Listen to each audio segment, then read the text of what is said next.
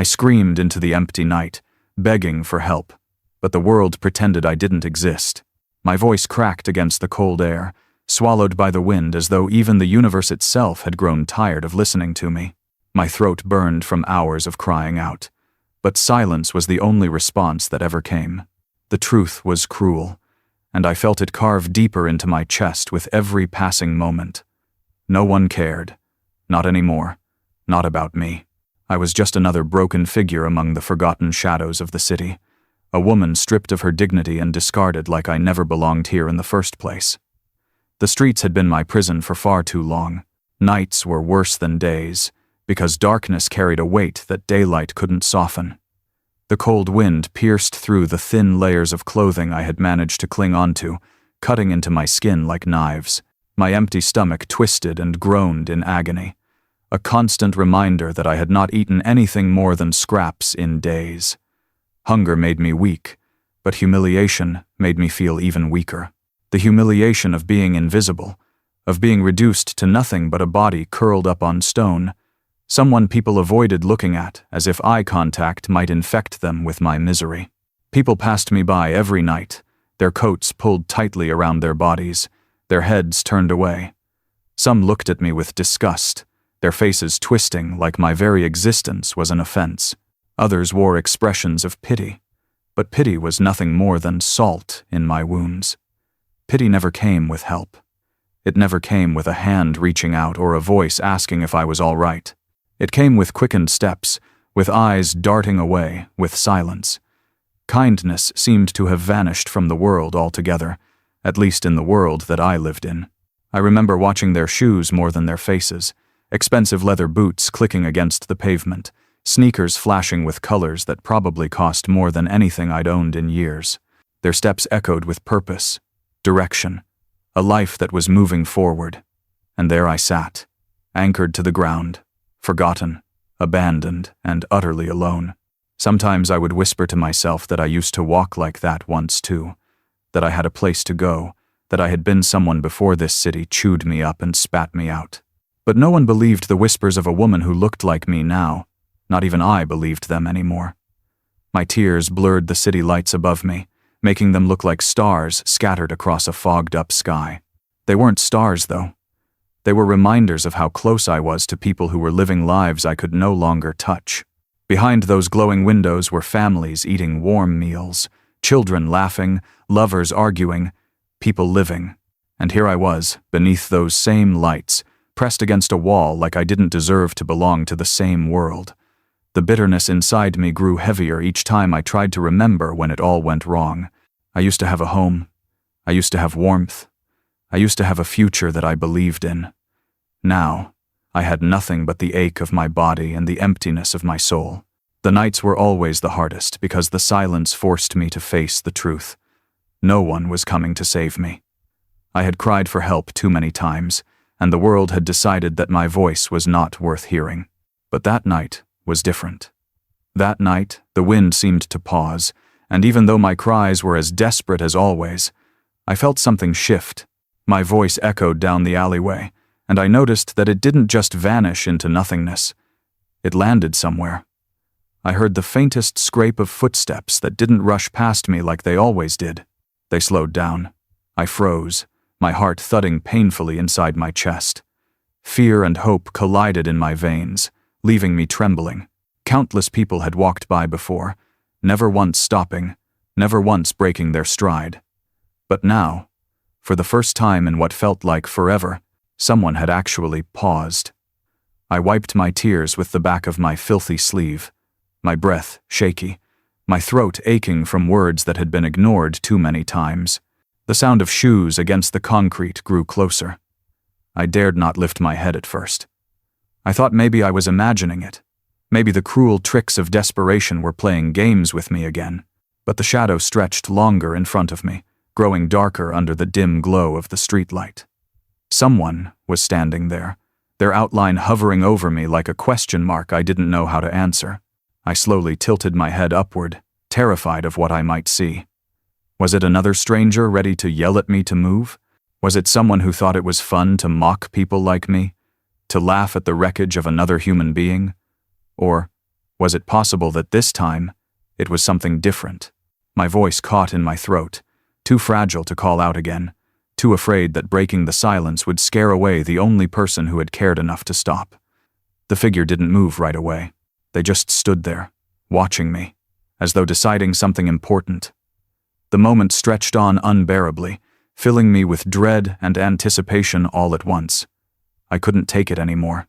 I finally whispered, barely audible, "Why did you stop?" The shadow shifted, and my body tensed. I braced myself for cruelty, for pity, for anything that would remind me of how worthless I had become. But instead, I saw the faintest glimmer of light reflecting off something in their hand. Someone had finally stopped. But why? When strangers stop, it's rarely for good reasons, but this one felt different. I had grown accustomed to the rhythm of footsteps that never broke stride, to the way people's gazes slid past me as though I were no more than a stain on the sidewalk. The rare times someone paused, it usually ended in words that cut deeper than hunger ever could, cruel remarks about my smell, my clothes, my worth. Sometimes they threw coins, not from kindness, but as if tossing scraps to an animal. Those gestures never came with compassion, only with reminders of how low I had fallen. So when this figure stopped in front of me, my heart seized with fear, bracing for another wound. Yet there was something about him that unsettled me in a different way.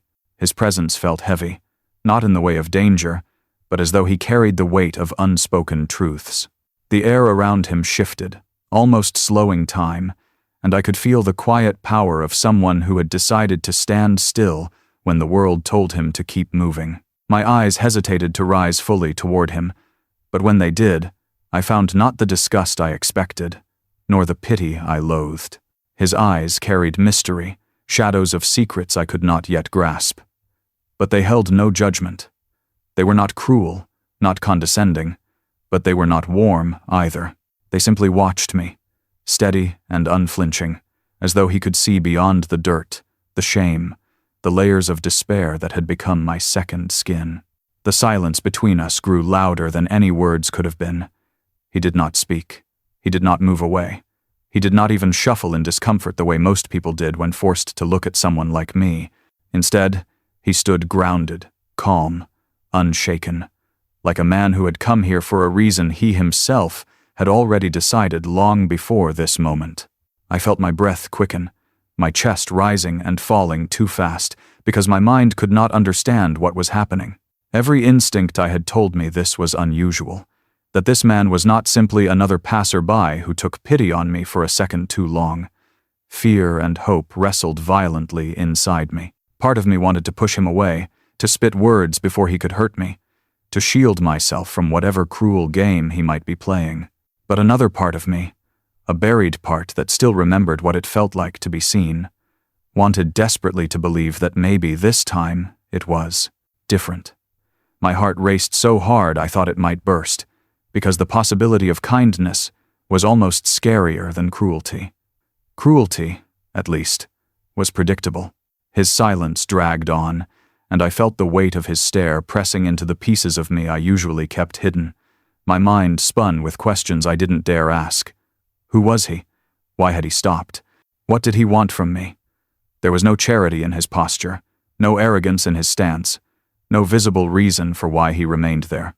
His presence itself became a riddle, and I hated riddles, because life had already given me too many questions without answers. I tried to steady my voice, though it trembled as it left me. "What are you doing?" My words sounded smaller than I wanted, fragile like they might break apart before reaching him. He didn't answer. He only tilted his head slightly, as if studying me, not with cruelty but with a depth that unsettled me to my core. My hands curled into fists in my lap, not in defiance but in self-defense, because I didn't know how to protect myself from a silence that felt so purposeful. The city moved around us, horns blaring in the distance, laughter spilling from doorways, shoes clicking against pavement. Yet in that small bubble where we stood, everything felt muted, as though the world itself had stepped aside for this encounter. I couldn't decide if it was a blessing or a curse. He looked at me as if he knew something, as if he had been searching for me, as if my presence here wasn't an accident but a piece of some larger story I hadn't yet uncovered. I wanted to shout at him, to demand answers, to break the unbearable tension, but my voice refused to cooperate. Instead, my thoughts spiraled into memories of all the other times strangers had stopped, of how false hope had always ended in deeper disappointment. My chest tightened, afraid this was just another cruel cycle, that he would soon smirk, say something vile, and walk away, leaving me shattered once more. Yet something inside me resisted that conclusion. Something about him felt different in a way I couldn't explain. My heart raced faster, the beat loud in my ears, as the silence stretched thinner and thinner, like a thread about to snap. Should I fear him, or should I trust him? Trust was a currency I had long abandoned, spent until I had nothing left to give. And yet, something about this man threatened to break down the walls I had built, walls that had kept me alive even as they kept me lonely. I wanted to retreat, but I couldn't tear my eyes away from him. Then I saw it. His hand shifted ever so slightly, drawing my gaze downward. For a moment, my breath hitched, expecting coins, a wallet, maybe a cigarette, something ordinary, something predictable. But what I saw gleaming faintly under the streetlight was nothing I could have imagined. In his hand, he wasn't holding money, but something else. My entire body froze when I saw it, a key, carved with my own name. The sight was so unexpected, so impossible, that for a moment I wondered if hunger and exhaustion had finally broken my mind. I blinked hard, rubbed my eyes with the back of my filthy sleeve, and looked again. But there was no mistake. The man's hand remained steady, palm open, and resting in it was a small object, gleaming faintly under the pale glow of the streetlight. A key, not an ordinary one, not something that could be brushed off as coincidence, but a key engraved with the letters of my name. My name, the very part of me the world had long since stopped acknowledging. I stared at it as though it were a weapon pointed directly at me, because that was how it felt. Dangerous, threatening, confusing. My breath caught in my throat, and for a moment I could not inhale. The key was delicate and metallic, its edges sharp in the dim light, but what truly pierced me was the way those letters shone back at me. My name had not been spoken kindly in so long. People on the street called me by cruel names. Strangers labeled me as homeless, worthless, beggar, anything but who I truly was. Yet here it was, my name, etched carefully into something meant to open a door. It felt as though the universe itself was mocking me. He stretched out his palm further, the gesture deliberate, as though inviting me to take what was clearly meant for me. My body trembled violently. Not with cold this time, but with the sheer weight of disbelief. My name, written so cleanly, so intentionally, sat before me as if destiny itself had crafted the metal. I wanted to ask 1,000 questions, but my voice deserted me. I wanted to scream, to demand how he could possibly have something so personal, so impossibly connected to me, but fear locked my throat shut. Shock, confusion, and fear crashed over me in waves, battering my already fragile state of mind. Was this some kind of trick? Was I being toyed with by a stranger who somehow knew enough about me to twist the knife deeper? My name wasn't common. It wasn't something you could guess. And yet here it was. Not written on paper or whispered in passing, but carved permanently into cold metal. Keys were meant to unlock doors, to grant access, to symbolize belonging. For years, I had no key, no lock, no door that welcomed me. And now, in the hands of a stranger, I saw the cruel irony of a world that gave me this symbol only after it had stripped me of everything. I shook my head slowly, backing away just slightly, though the wall at my back gave me nowhere to go. My heart pounded, my ears filled with the sound of rushing blood, and my mind screamed at me that nothing about this was safe. I searched his face for answers, for some indication of why, of how, but his expression betrayed nothing. He held the key gently, like one might cradle something fragile and precious, and yet there was a firmness in the way he extended it toward me, as though he knew this moment had to happen. "How do you have this?" I finally managed to whisper, my voice hoarse and broken. He said nothing. His silence made it worse. Silence meant he held power. Silence meant he wasn't here by accident. Silence meant he had come with a purpose I could not yet understand. Memories flooded unbidden into my mind. The last time I held a key of my own. I remembered slipping it into the lock of my apartment door, the faint click of safety it gave me when I was inside. That key had been taken from me the day everything fell apart. When the locks were changed, when the world decided I no longer had the right to claim space within it. That moment had shattered me.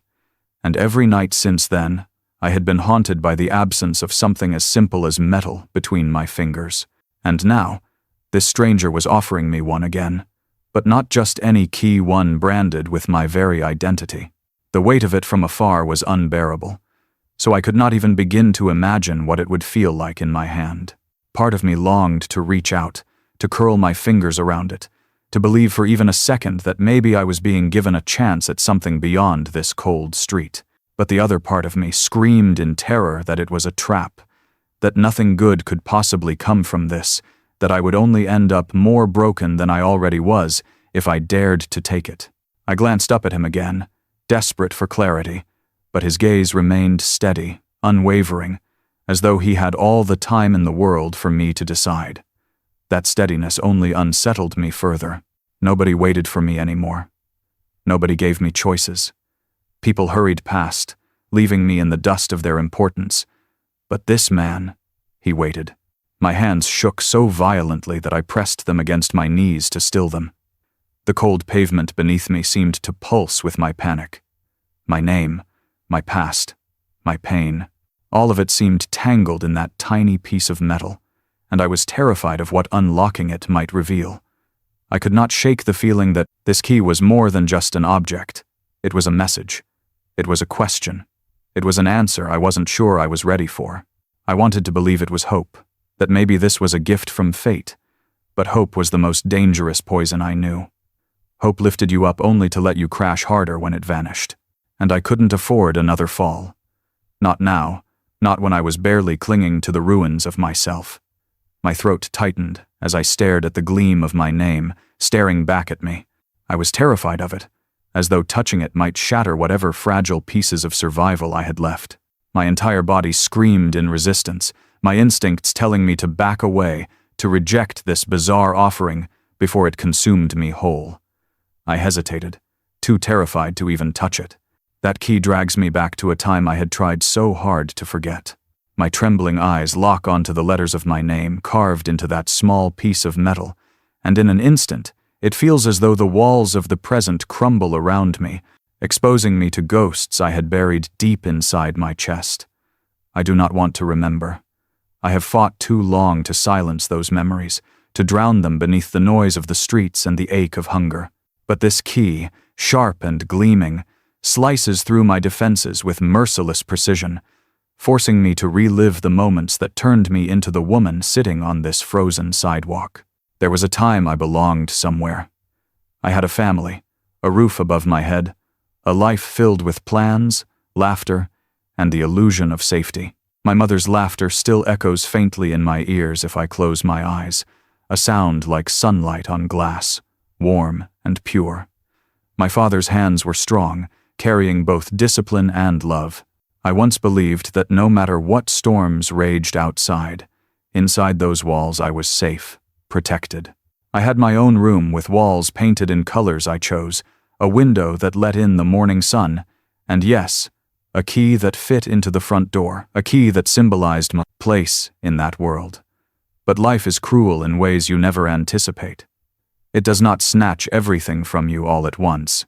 It erodes you slowly, peeling away the layers of comfort, security, and dignity, until one day you wake up and realize you are nothing but ruins. For me, the unraveling began with betrayal. A friend I trusted with secrets I should have kept to myself twisted them against me. Whispered lies spread, poisoning my relationships, sowing doubt in my family's hearts. Suddenly, their warm glances became cold stares. Their gentle words turned sharp. And no matter how much I pleaded, no matter how many times I tried to explain, my voice drowned in the tide of falsehoods. The heartbreak that followed was not only in losing their trust, but in watching the foundations of my life crack under pressure. The person I had leaned on, the most, someone I thought would never abandon me, walked away when I needed them most. Their parting words were like daggers. "You brought this on yourself." Betrayal bled into abandonment, and abandonment spiraled into despair. Soon after, financial struggles carved deeper wounds. Bills piled up, opportunities slipped through my fingers, and the stability I once took for granted collapsed into chaos.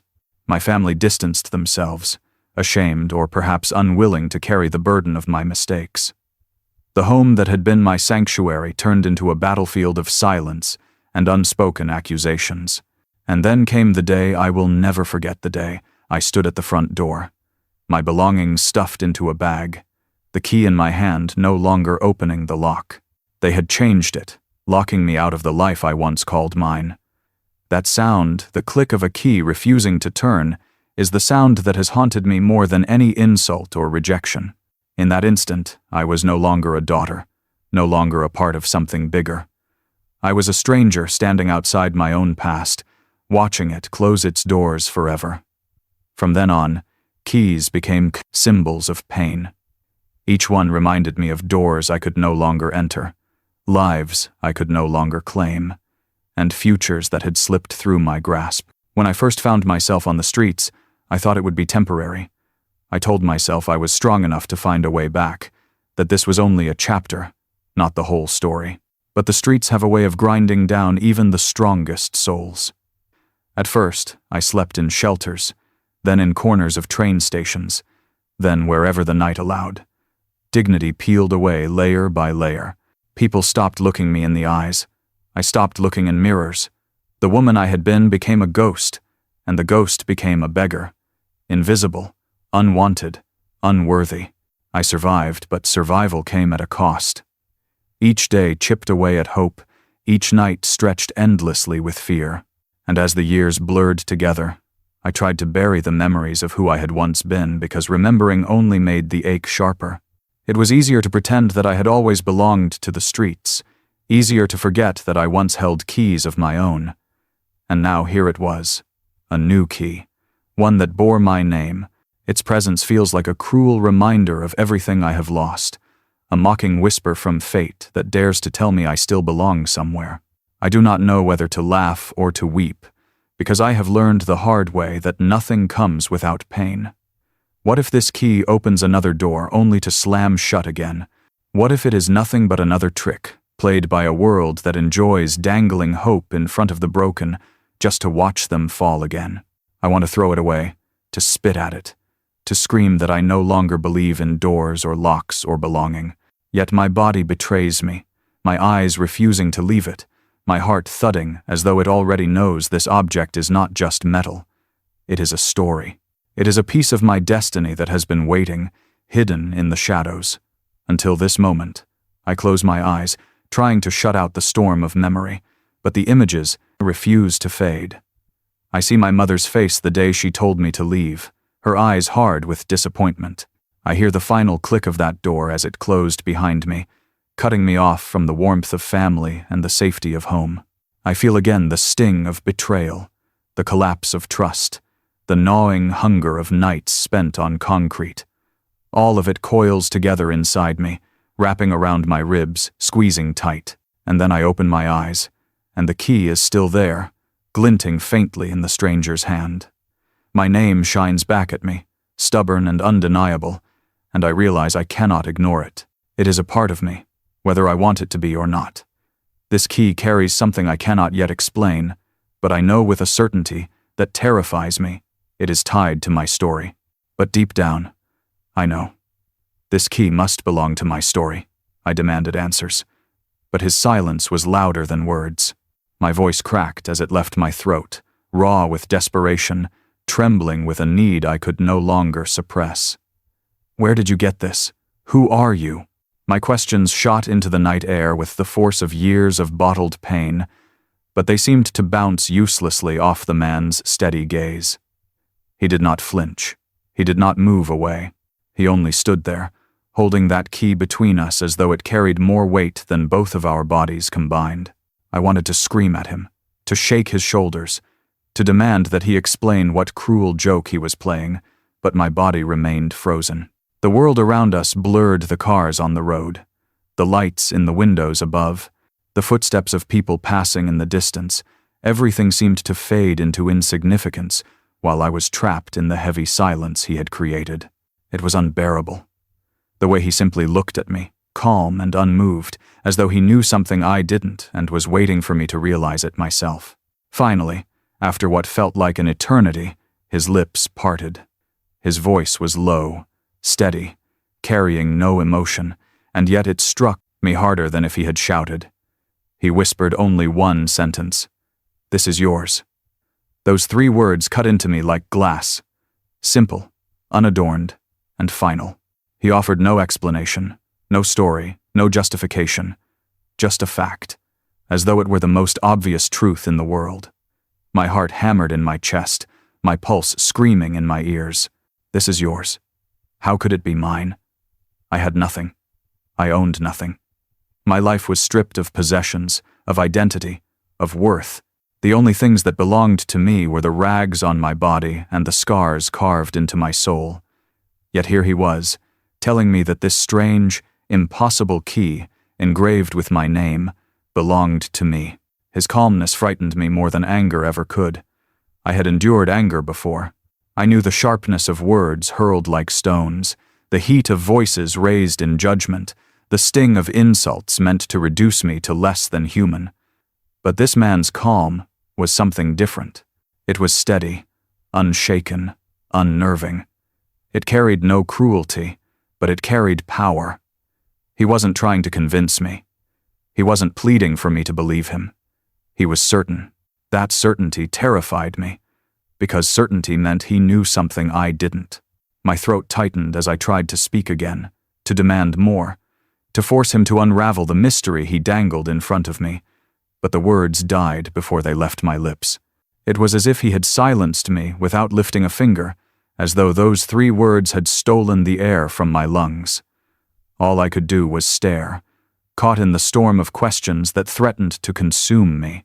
Then, just as suddenly as he had appeared, he shifted his weight, his body turning slightly away. Panic flared in me, sharp and urgent. No, he couldn't just leave. Not after this. Not after giving me something that threatened to upend the fragile world I had built out of scraps of survival. "Wait," I rasped, my voice breaking under the weight of fear. He didn't stop immediately. He lingered for only a second, glancing back at me with the faintest flicker of something in his eyes. Pity, perhaps, or maybe sorrow, but it vanished as quickly as it appeared. He turned to leave, his steps slow but deliberate, and the mystery only grew. My chest ached with the realization that I knew nothing about him, nothing about his purpose, nothing about why he had chosen me out of all the broken souls scattered across this city. My hands shook violently in my lap as I stared at the object he had left me with, my name gleaming faintly in the dim light, mocking me with its unanswered questions. I wanted to run after him, to grab his coat and demand that he explain, to force him to unravel the threads of the strange destiny he had woven around me. But I couldn't. My body remained rooted to the ground, as though weighed down by the very key he had given me. My breath came in uneven gasps, my chest tight with confusion and fear, and yet my eyes refused to leave the small piece of metal that now rested in my trembling hand. It was then that I noticed something I had not seen before. Attached to the key was a thin strip of worn string, frayed and delicate, as though it had been tied there long ago. My fingers moved hesitantly, pulling the key closer to my face, my eyes narrowing in disbelief. The string wasn't just decoration. It held something, a tiny, folded tag. No bigger than a coin, yellowed with age but still intact. I peeled it open slowly, my pulse racing faster with every second. The paper inside was faded but legible. The ink smudged but not erased. It contained a single detail, written in hurried strokes that seemed as deliberate as the engraving on the key. An address. My stomach lurched, my mind spinning with possibilities I couldn't grasp. An address meant a location, a destination, a door waiting to be opened. My hands tightened around the key until the edges bit into my skin. I stared at the faded tag, my heart pounding, as I realized the key didn't just exist, it was leading me somewhere. Cliffhanger. I notice a small tag tied to the key with an address written on it. With shaking hands, I followed the address, not knowing if it would save me or destroy me. The tag attached to the key had burned into my mind the moment I unfolded it, the scribbled numbers and faded letters pulling me into a current I could not resist. I had stared at it for hours, maybe longer, trying to convince myself to throw it away, to forget it existed, to stop myself from stepping into a trap I was certain would end in pain. But something stronger than fear gnawed at me, a compulsion, a voice deep inside that whispered that this key was not a coincidence, that this address was waiting for me. The city around me buzzed with its usual indifference, but I felt separate from it now, as though I were walking through a dream. My footsteps carried me away from the familiar corners where I had spent so many nights, away from the crowds who hurried past without looking at me, into streets that seemed to grow darker, narrower, more deserted. The further I went, the more the world shifted.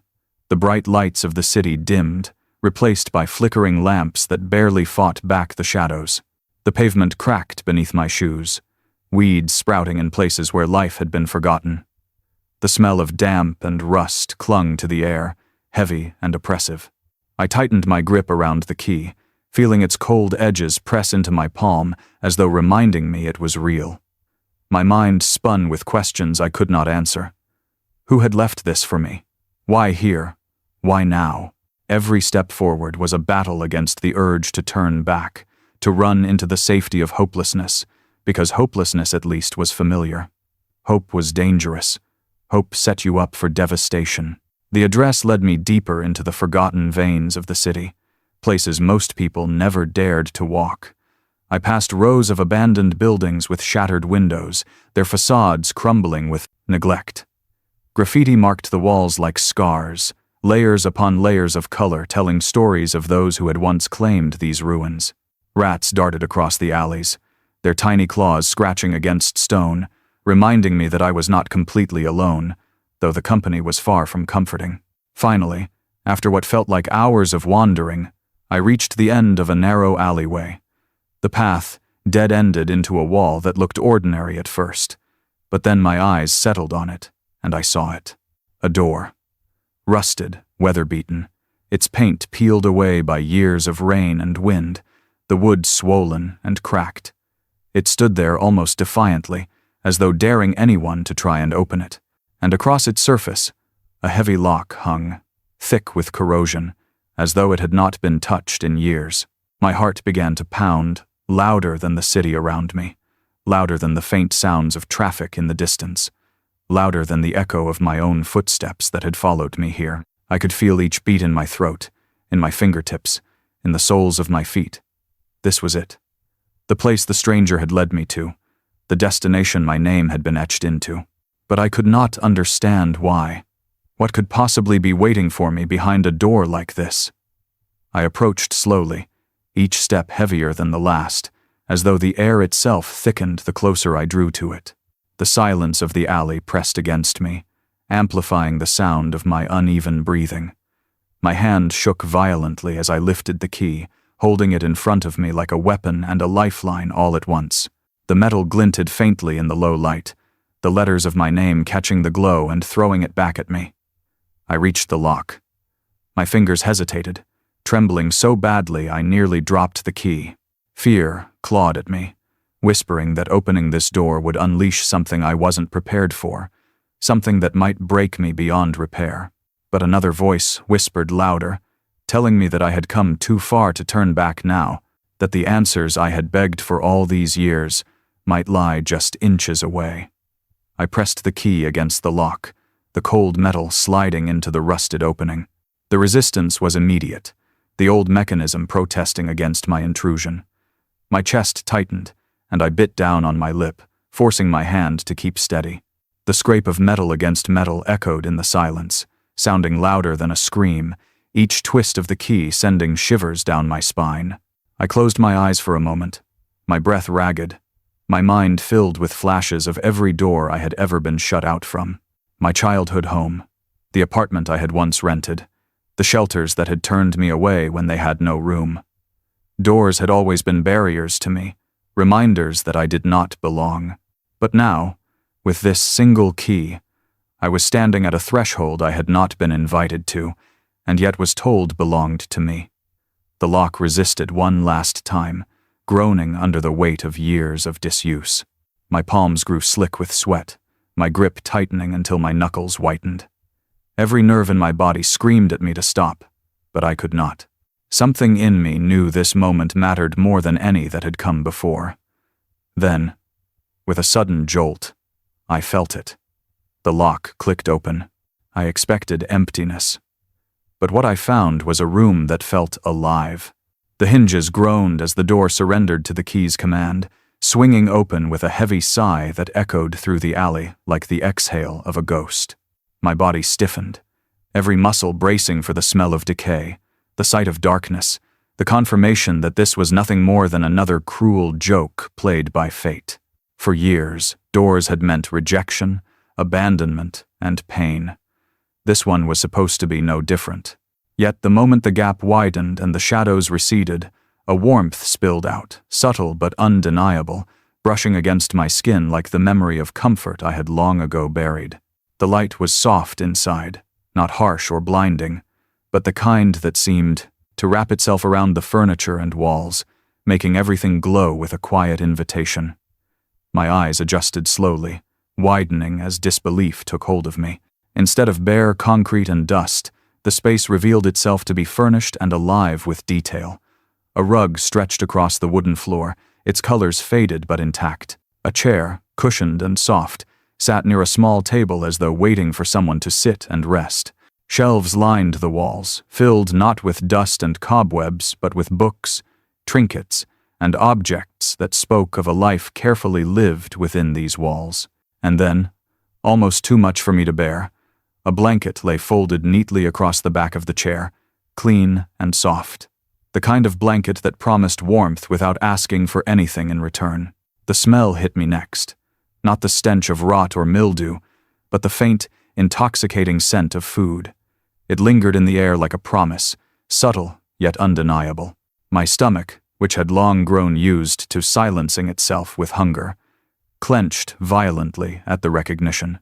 I had forgotten what it felt like to walk into a room and know that somewhere within it was nourishment, sustenance, life.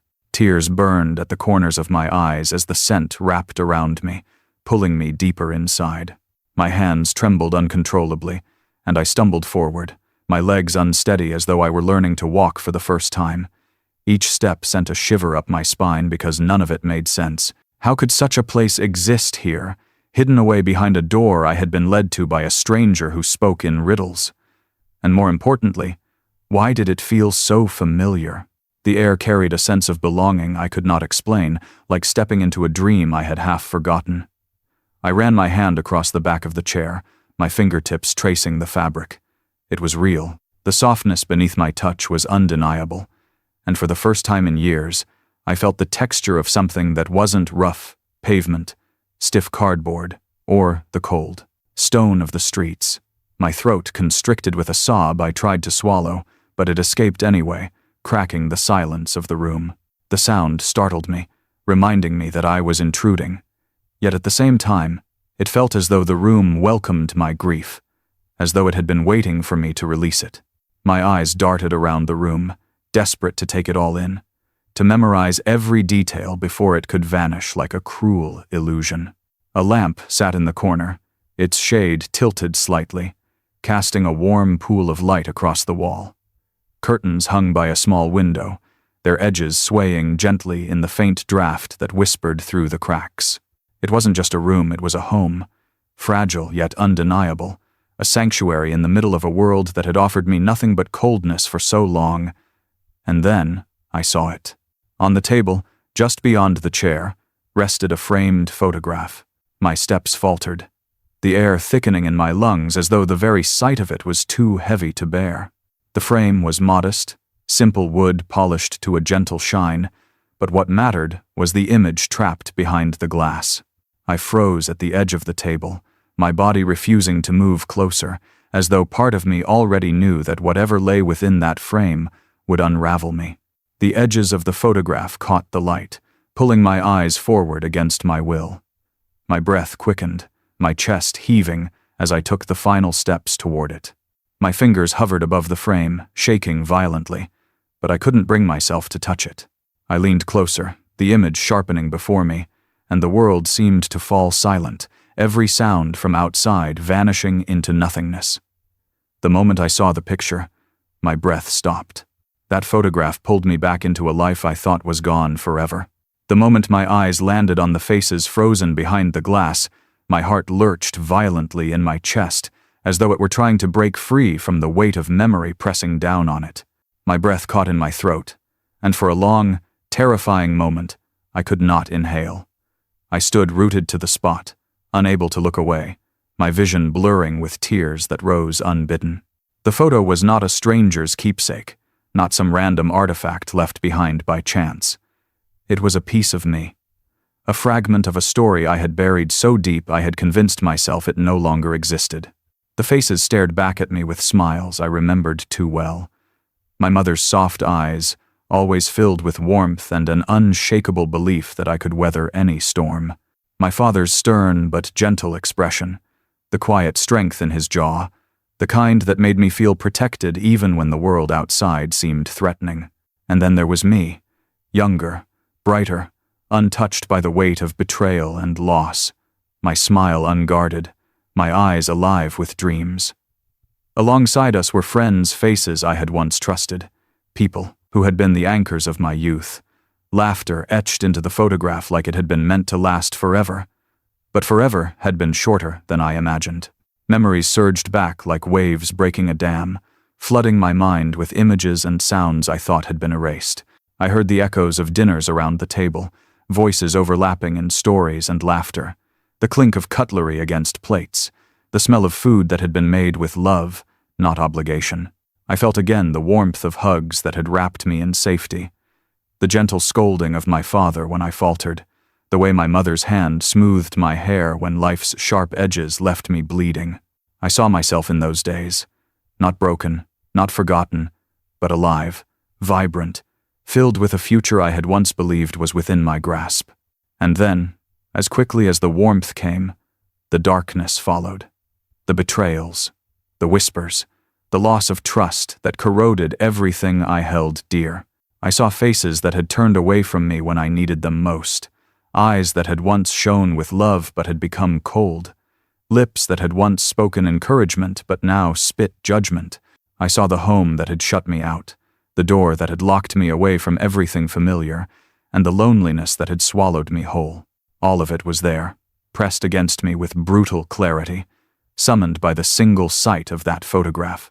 My knees weakened, and I gripped the edge of the table for support, my body trembling as though I had been struck by a physical blow. The room around me seemed to spin, yet I could not tear my gaze away from the frame.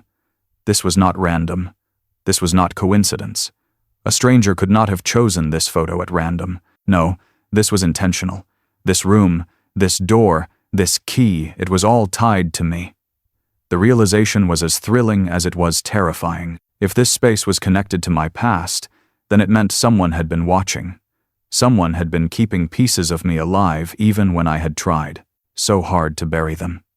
The thought sent a shiver crawling across my skin, because it meant the stranger who had handed me this key knew more than he should. More about my life, more about my pain, more about the moments I had fought to erase. I stared harder at the photograph, searching for hidden details, as though it might offer me more answers if I looked long enough.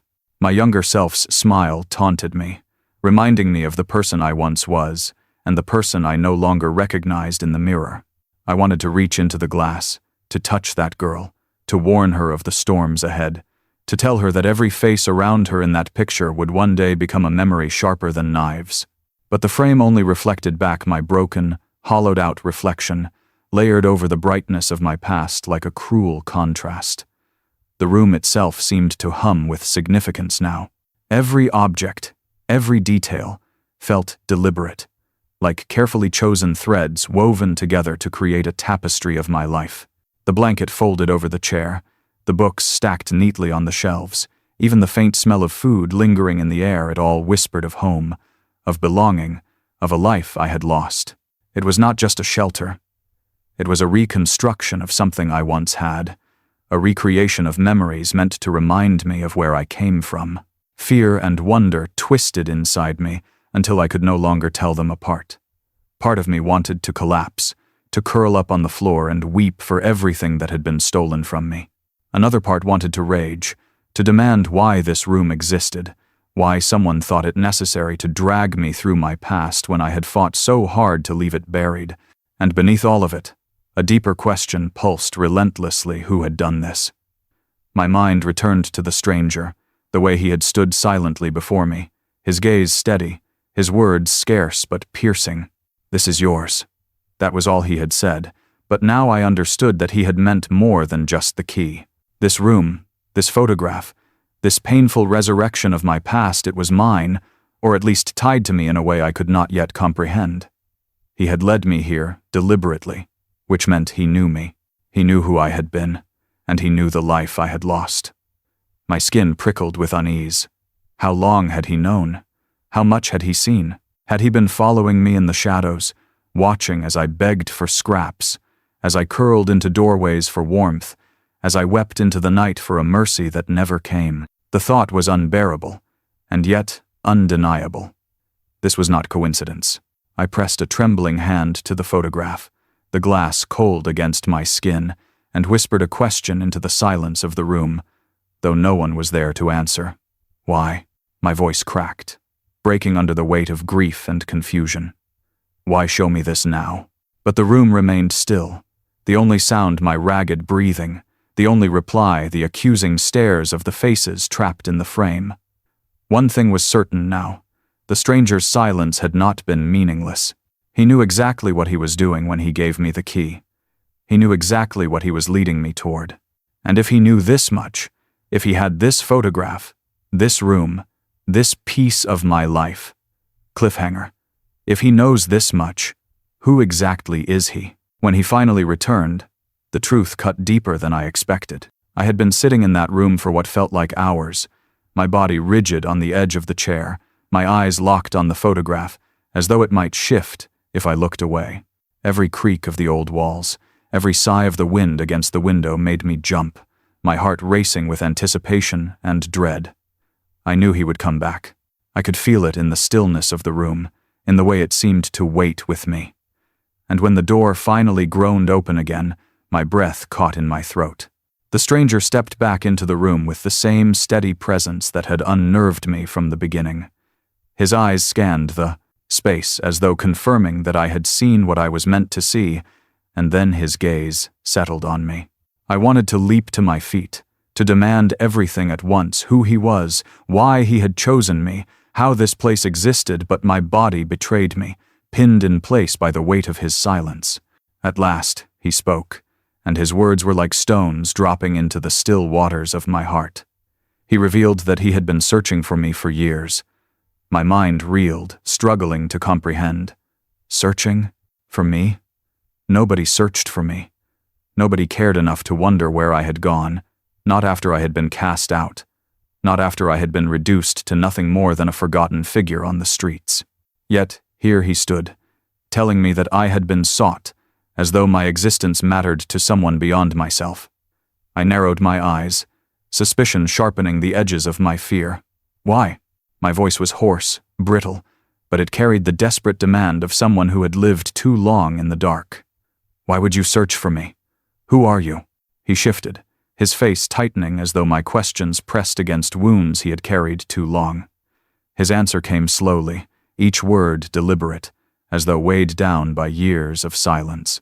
He told me he was not a stranger to my story, not entirely. That once, long ago, our lives had crossed in ways I had forgotten, though he never had. The possibilities tore through my mind like wildfires. Was he a long-lost friend? Someone from those fleeting days when laughter and trust had been abundant? Was he a distant relative? A thread of blood I had never known existed, someone who had carried a quiet duty to me all these years? Or was he one of the countless souls I had touched without realizing? A person whose life had been changed by a moment I had already erased from memory. His eyes softened, but his voice trembled as he confessed the truth. He had tried to reach me before, many times. He had searched for me through shelters, hospitals, and the labyrinth of the city where the forgotten disappear. He had always been one step behind, arriving after I had already moved, finding only echoes of my existence left behind in alleys and corners. Circumstances, he said, had kept us apart. Life had thrown obstacles between us, distance, time, and fate itself had conspired to keep me hidden even as he searched. I wanted to believe him, but disbelief clung to me like a second skin. My life had been nothing but abandonment, so how could I suddenly accept that someone had been searching for me? My hands trembled as I gripped the arms of the chair, my chest aching with the collision of hope and mistrust. "Why?" I repeated, the word falling from my lips like a plea. "Why me? Why now?" He looked down for a moment, his silence heavy, and when he lifted his gaze again, I saw something raw flicker across his face. Regret. Regret so deep it seemed to carve lines into his very expression. "Because," he said softly, his voice shaking, "you saved me once, and I promised myself I would never forget you." The words slammed into me with the force of a storm. Saved him? I searched my memory, desperate to anchor his claim to something tangible, but my mind scrambled through years of pain and loss, unable to find the thread. How could I have saved him when I could not even save myself? Yet his eyes told me he believed it, and the sincerity in his voice left no room for doubt. I leaned forward, my breath uneven, my body caught between wanting to flee and needing to hear more. His story spilled out in fragments, pieces of a past I had not connected to my own. He spoke of a night when he had been on the brink of despair, when he had been ready to give up, and how a single act of kindness from me small, forgotten in my memory, had pulled him back from the edge. It had been nothing to me at the time, something I might not even have remembered, but to him, it had been everything. From that night forward, he had carried the promise that if ever I was the one lost, he would be the one to bring me back. Tears burned my eyes, though I tried to fight them. The irony cut deep. I had saved someone else once, and yet I could not save myself. I had given someone else hope, and yet I had drowned in hopelessness. The cruelty of it twisted inside me, but beneath it was something even harder to bear. Gratitude. Gratitude that someone had remembered me, had cared enough to search for me when the rest of the world had forgotten I existed. His voice trembled as he explained why he couldn't reach me sooner, how life had pulled him in directions that made it impossible to find me until now. He spoke of guilt that haunted him, of nights when he wondered if I had already disappeared beyond his reach. His eyes glistened with unspoken apologies, and I could feel the weight of his own pain pressing into the room, mingling with mine. I should have felt relief, but instead I felt raw, exposed, vulnerable. His truth didn't mend my wounds, it deepened them. Because if he had been searching all along, then the question clawing at my chest became unbearable. Why had no one else? Why had everyone else given up so easily, discarded me without a second thought, while this one man clung to the memory of me so fiercely? The silence stretched between us, thick with emotions neither of us could name. My heart ached with the need to know more, to unravel every hidden detail of why my life had led me here. But before I could ask, before I could steady my voice enough to demand the rest of the truth, he leaned closer, his expression shifting into something darker, heavier, burdened with words he had not yet spoken. "But," he said, his voice low and steady, "there's something you still don't know." His words shook me. This wasn't just a gift, it was a test. For a fleeting moment, I had wanted to believe that the key in my hand was nothing more than an act of compassion, a strange twist of fate, a rare moment where life offered me a kindness it had long denied. But the way he looked at me, the weight in his eyes, the gravity in his voice as he continued, shattered that fragile illusion. This was no charity, no handout given to a broken woman so she could crawl through one more night of survival. This was something else entirely. This was a chance, he said, but only if I was brave enough to take it. I stared at him, my breath uneven, the sharp edges of the key pressing into my palm as though demanding my attention. His words settled over me like a cloak too heavy to bear. This key, he told me, is not a gift to be squandered. It is not a simple door opening into comfort. It is an opportunity, and opportunities must be earned. His voice was firm, but beneath it trembled something deeper, as though he, too, bore the scars of struggle and knew the price of rising again. I wanted to scream at him, to tell him that I had no strength left for tests, that life had already tested me 1,000 times and left me in ruins. Hadn't I lost enough? Hadn't I suffered enough? Why should I still need to prove anything to anyone? But the words stuck in my throat because, deep inside, I knew he was right. For all the pain I had endured, for all the walls I had built around my heart, I had never once tried to climb out of the darkness. I had let myself drown because it was easier than fighting. He told me that reclaiming my dignity would not come from simply walking into a room with my name written on the door. It would come from confronting the fears that had kept me chained to despair, from rebuilding the pieces of my life I had convinced myself were beyond repair. His words struck deeper than any insult ever had, because they exposed the truth I had buried even from myself. I had given up. I had let the streets convince me I was nothing. I had stopped believing I was worthy of more. Doubt flooded my heart so quickly it was suffocating. Could I even do this anymore? Could I summon the courage to step through this door and embrace a life that terrified me as much as it tempted me? Every failure of my past rose like specters in my mind, whispering reminders of the times I had tried and fallen, the times I had trusted and been betrayed, the times I had dared to hope only to be crushed. What if this was no different? What if this door only opened to more pain, more rejection, more reminders of everything I had lost? I felt the sting of tears threatening to spill, not from sorrow this time, but from the crushing weight of expectation. For years, I had told myself I was worthless. That lie had become my survival, the shield I carried to stop myself from reaching too far, from longing for what could never be mine. If I was worthless, then at least I could not be disappointed. But now, here he was, telling me I was not worthless, telling me I had a chance to prove otherwise, and that terrified me more than any hunger or cold ever had. My mind churned with memories of every insult hurled at me, every pitying glance, every time someone passed by as though I were less than human. I had absorbed it all, carried it inside me until it became the truth I lived by.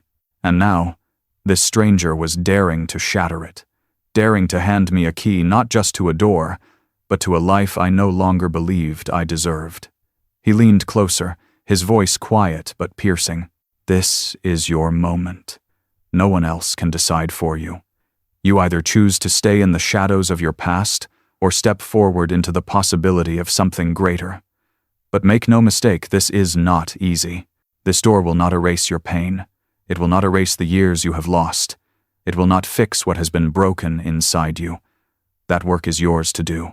But the choice begins here, with you. I looked down at the key in my hand, its metal biting into my skin, its weight anchoring me in the present. It felt alive, as though it carried every memory, every failure, every shred of hope I had left. My heart raced violently, and I could feel the battle raging within me, the desperate desire to believe in something better, and the crushing fear that I would only end up broken again. What if I walked away? The thought struck me like a knife. Walking away would mean safety in the familiar, the certainty of hopelessness, the comfort of despair I already knew. It would mean never risking disappointment again. But it would also mean surrendering the last chance I might ever have at reclaiming the woman I once was. The silence stretched between us, thick and suffocating. I could feel his eyes on me, waiting, but not pressing. This was my decision, my burden, my test. My hands shook violently, the key rattling softly in my grasp, echoing the tremors in my heart. And now, I must decide whether I'll turn the key to my future or walk away. Every choice I had ever made had broken me, but this one could save me. My entire life seemed to stretch before me in that moment. Every wrong turn, every betrayal, every door slammed in my face, replaying like a cruel film I had no choice but to watch. I had lived so long as though I were chained to those failures, convinced that no matter what I did, the end would always be the same: loss. Yet here I was, trembling in the silence of this strange room, staring down at the key in my hand, and realizing that this single decision carried more weight than any I had ever made. Fear clung to me like a second skin, but even fear seemed smaller in the face of what lay ahead. I realized, with a sudden clarity that shook me, that fear could not hold me forever. I had allowed it to dictate the boundaries of my life, to keep me curled in corners, begging for scraps, hiding from the possibility of disappointment, because disappointment had always been easier to survive than hope. But I could feel something shifting inside me now, a quiet voice rising above the noise of doubt, whispering that I had already lost everything. What else was there to lose? And if there was even the smallest chance that I could reclaim a fraction of who I used to be, wasn't it worth reaching for? With trembling courage, I chose to rise again. My knees buckled as I pushed myself up from the chair, every movement unsteady, like a child learning to walk after years of crawling. The key felt heavy in my palm, its edges sharp, digging into my flesh as though reminding me of the reality of this moment. I lifted it higher, pressing it to my chest, feeling the chill of the metal against my skin, grounding me in the truth I had avoided for so long. I was still here. I was still alive. And maybe, just maybe, I was still capable of more. I accepted the key not just as a piece of metal, but as a symbol of my rebirth.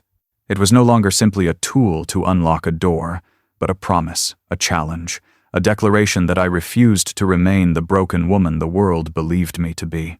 In its cold weight, I found a flicker of strength I had thought was gone forever. My heart pounded violently, my breath uneven, but beneath it all was something I had not felt in years: determination. The stranger's eyes followed every movement, steady and unflinching, as though he had been waiting for this exact moment. When he saw the way my grip tightened around the key, when he saw the tears streaking down my face yet mingling with something brighter than despair, a small smile curved his lips. It wasn't a smile of triumph, not the kind that declared victory over another's struggle. It was softer, almost reverent, the smile of someone who had carried a hope of his own and was finally seeing it come to life. I wanted to speak, to tell him what this meant to me, to ask again why me, why now, why any of this. But the words tangled in my throat, too fragile, too heavy, too overwhelming to shape. Instead, I simply stood there, clutching the key to my chest as though it might anchor me in this fragile new reality. And then, just as I thought the moment had reached its end, he moved. His hand slipped into the pocket of his coat, and when it emerged, it held something I had not expected: an envelope. He held it out toward me with the same quiet gravity with which he had offered the key. My stomach twisted, my pulse quickening, because if the key had changed everything already, I could only imagine what this envelope might contain. I reached for it slowly, my fingers brushing against his as I took it from him.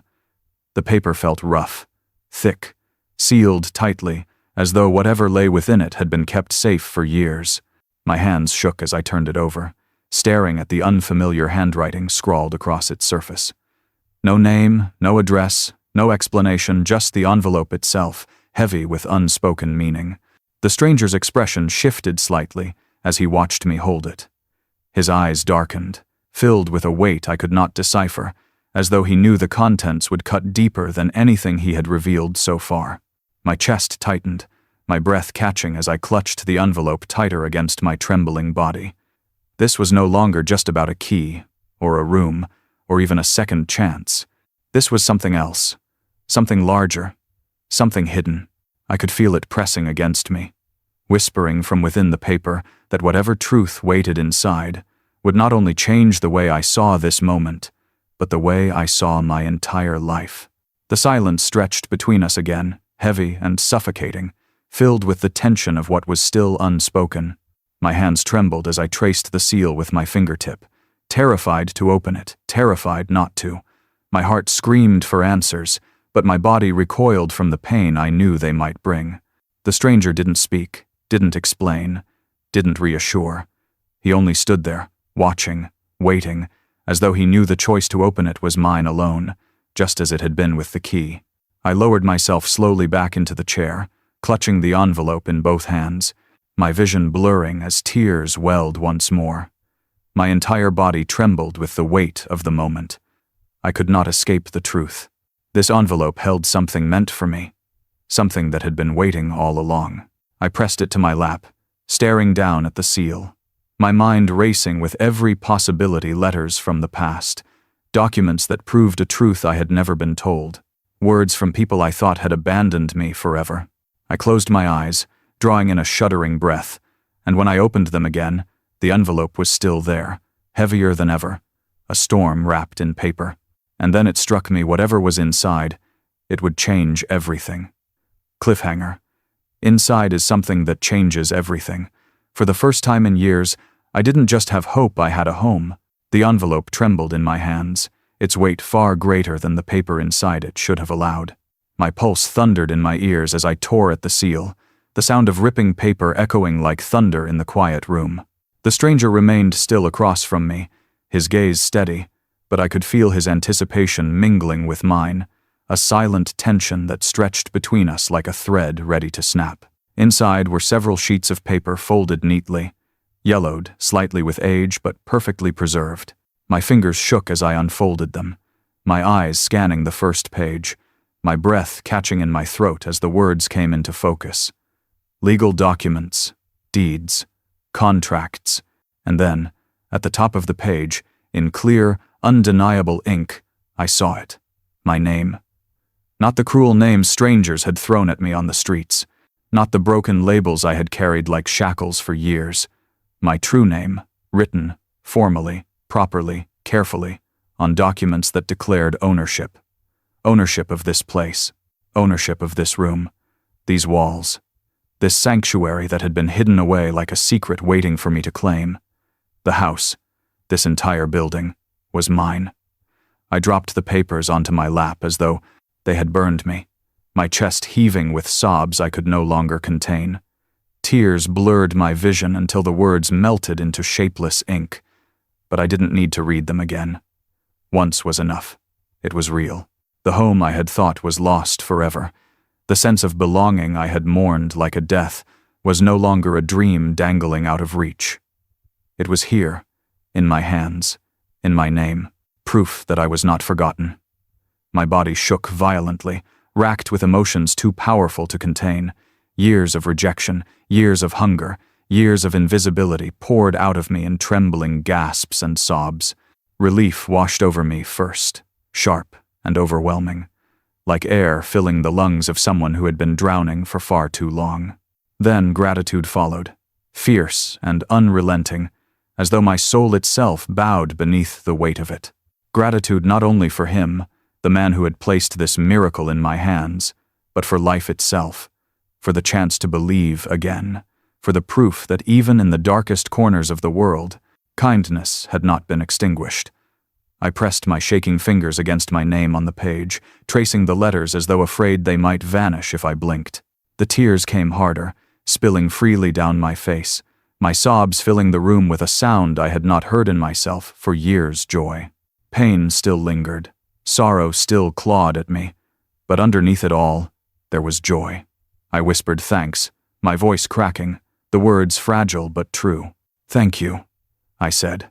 First to him, then to the silent walls around me, and finally, to something greater, the universe, fate, life itself, for giving me one more chance. The stranger's smile deepened, his eyes glistening with emotion of his own. He did not speak, did not interrupt, did not diminish the enormity of what had been given to me. He simply watched, his silence carrying a reverence that made me believe he understood exactly what this moment meant. I rose slowly from the chair, clutching the papers to my rolled chest, my legs unsteady beneath me. I walked across the room, running my hands along the shelves, the curtains, the walls, claiming each corner as mine. Every surface whispered to me, telling me I belonged, telling me I was no longer cast aside. My laughter broke through my tears, raw and unsteady, but real. For the first time in years, I allowed myself to smile without shame. I turned back to him, my voice trembling but stronger than it had been in years. Why me? Why give me this? My question was not filled with suspicion anymore, but with wonder. He looked at me for a long moment before answering, his words soft but unwavering. Because you forgot who you were, but I didn't. I couldn't. You deserve this. You always did. The final barrier inside me shattered. All the years of believing I was worthless, all the lies I had swallowed about never mattering, all the times I had convinced myself the world was right to abandon me, they crumbled in the face of his words. I had believed I was nothing, but here was proof that I was something. I was someone. I mattered enough for this moment to exist. I sank to the floor, overwhelmed, clutching the key and the papers in both hands as though they were the lifeline I had been waiting for all my life. My tears slowed, replaced by a deep calm that settled into my bones. I knew the road ahead would not be easy. Healing would not happen overnight. Pain would not vanish, simply because I now had walls around me. But this was a beginning. This was the foundation of something new, something I had thought I would never see again. I looked down at the key once more, the metal gleaming faintly in the soft light of the room. It no longer felt heavy with dread. Instead, it pulsed with possibility, a symbol of the life that was waiting for me. I tightened my grip, pressing it to my chest one last time, whispering words that felt like both a prayer and a promise. One key changed my destiny and reminded me that kindness still exists. If this story touched your heart, don't let it end here. Share your thoughts in the comments. I'd love to know what you would have done if you found that key. And if you believe in second chances and the power of kindness, make sure to like this video and subscribe for more stories that will stay with you long after they're over.